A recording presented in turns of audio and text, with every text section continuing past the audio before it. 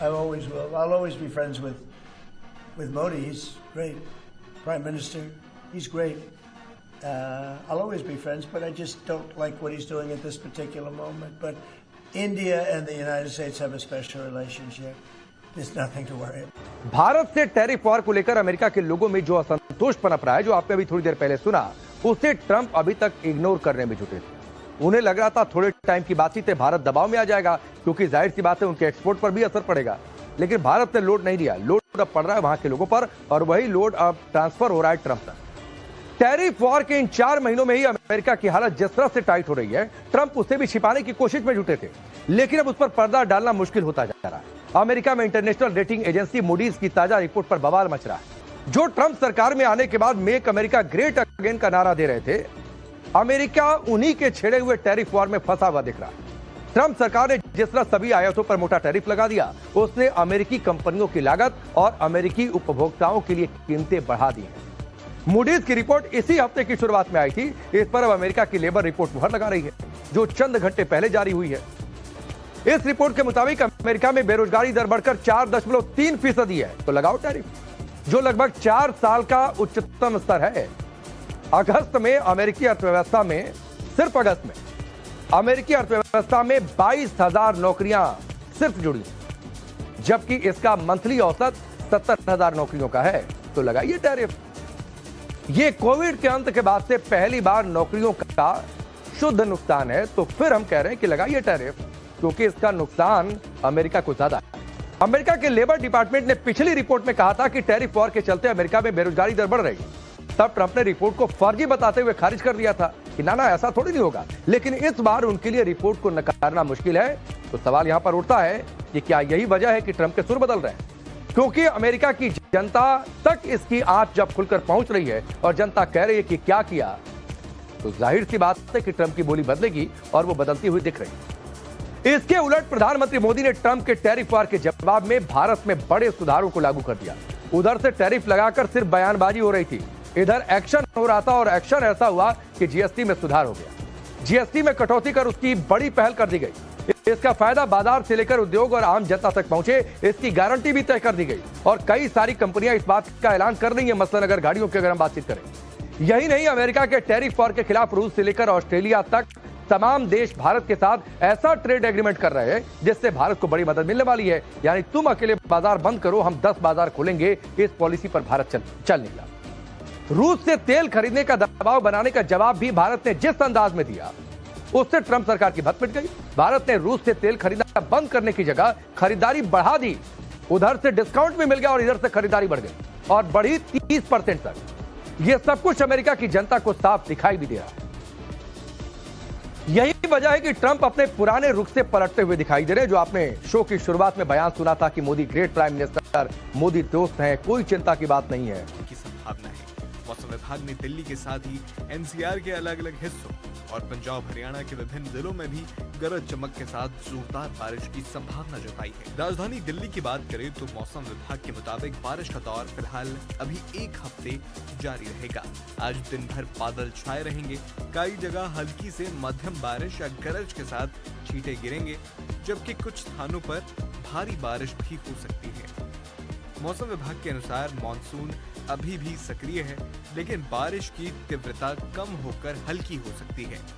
पहले सेना में आप लोग जाते थे, पेंशन मिलती थी, पूरी जिंदगी सेना आपकी रक्षा करती थी। क्या हुआ? अग्निवीर हुआ। किसको फायदा मिला? अदानी को, अंबानी को। और बिहार के युवाओं को क्या हुआ?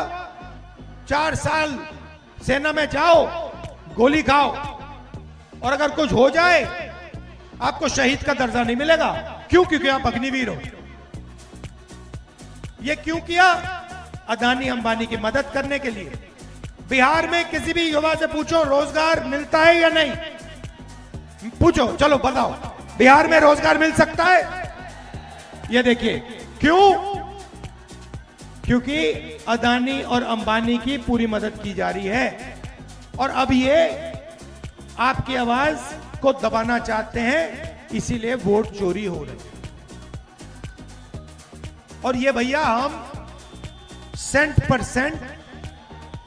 परसेंट आपको दिखाएंगे आने वाले समय में कि नरेंद्र मोदी, अमित शाह और चीफ इलेक्शन कमिश्नर वोट चोरी कर रहे हैं।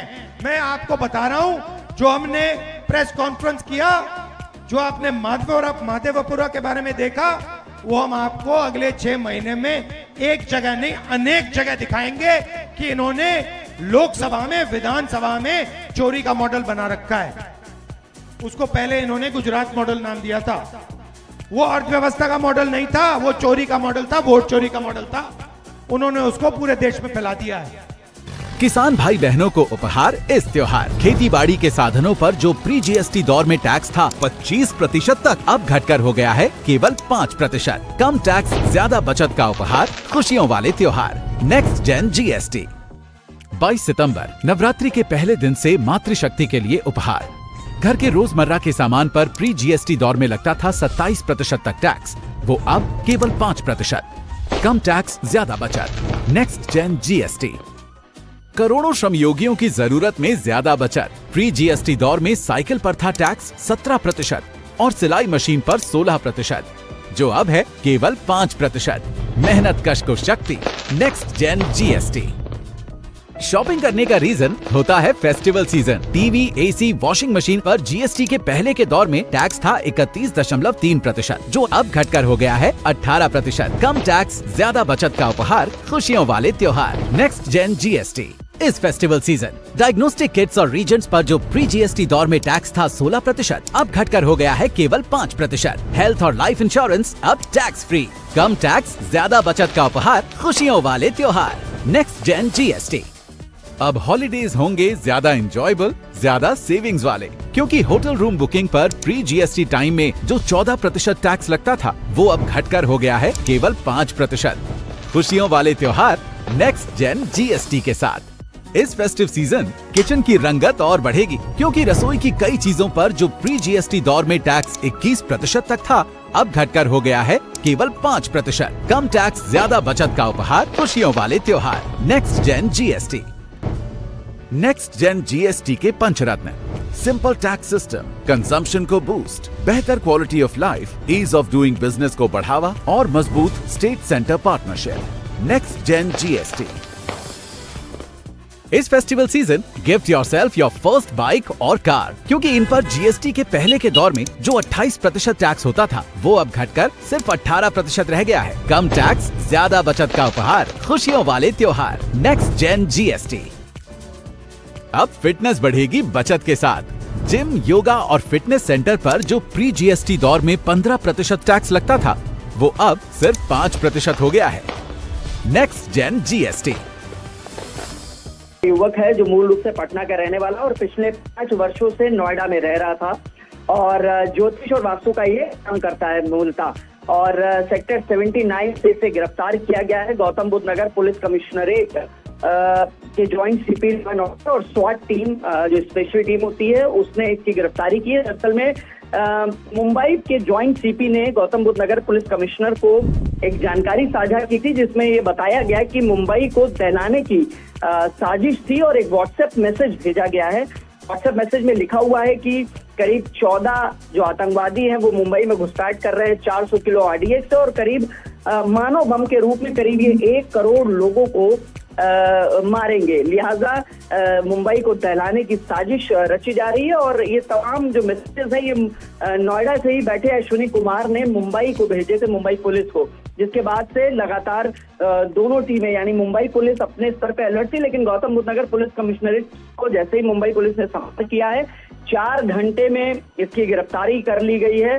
गिरफ्तार करके अब ये मुंबई को सौंप दिया गया और साथ ही मुंबई पुलिस अब इस पूरे प्रकरण में तफ्तीश करेगी और संभवतः प्रेस कॉन्फ्रेंस करेगी। लेकिन जिस तरीके से जानकारी मिली उसके बाद मुंबई की पुलिस और गौतम बुद्ध नगर पुलिस कमिश्नरेट को जैसे ही संपर्क हुआ, तत्काल टीमों का गठन करते हुए इस आरोपी की गिरफ्तारी करके इसे मुंबई की पुलिस को सुपुर्द कर दिया गया है।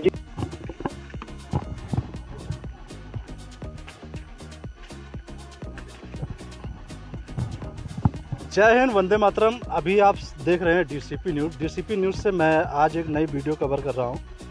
कल जो है कि 15 अगस्त है और 15 अगस्त के शुभ अवसर पे आज 14 अगस्त को यहां पे हमें एक रैली दिखी और तिरंगा रैली देखते ही मैंने सोचा कि चलिए थोड़ा सा हम जानकारी देने का प्रयास करते हैं अपने दर्शकों को।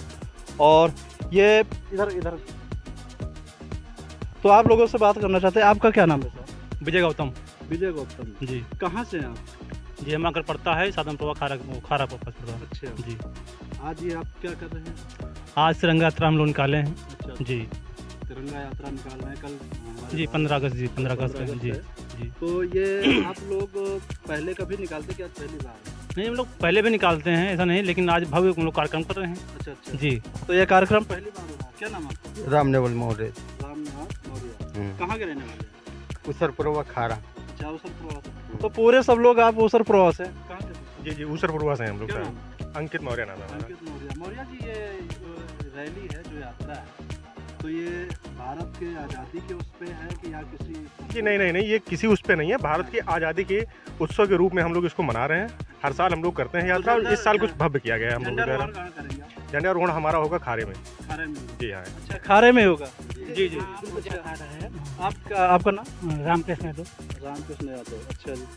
सर ये हम ये पूछना चाहते हैं कि जैसे कि आप लोग रैली निकालते हैं, कभी कोई दिक्कत कोई परेशानी नहीं होती? कहाँ से कहाँ तक निकालते हैं रैली? अपने गांव से अपने क्षेत्र में निकाल लेते हैं, अपना जो है अपना उत्सव मना लेते हैं। अच्छा जी। चलिए ठीक है। देख सकते हो ये खारा की पूरी टीम है, उधर से पूरा देख सकते हो ये लोग हैं। एक बार भारत माता की जय बोलिए। भारत माता की जय हो। भारत माता की जय हो। भारत माता की जय हो। भारत माता की जय हो। वंदे मातरम। वंदे मातरम। वंदे मातरम। जय हिंद दोस्तों। इस वीडियो में इतना ही, मिलते हैं नेक्स्ट वीडियो में।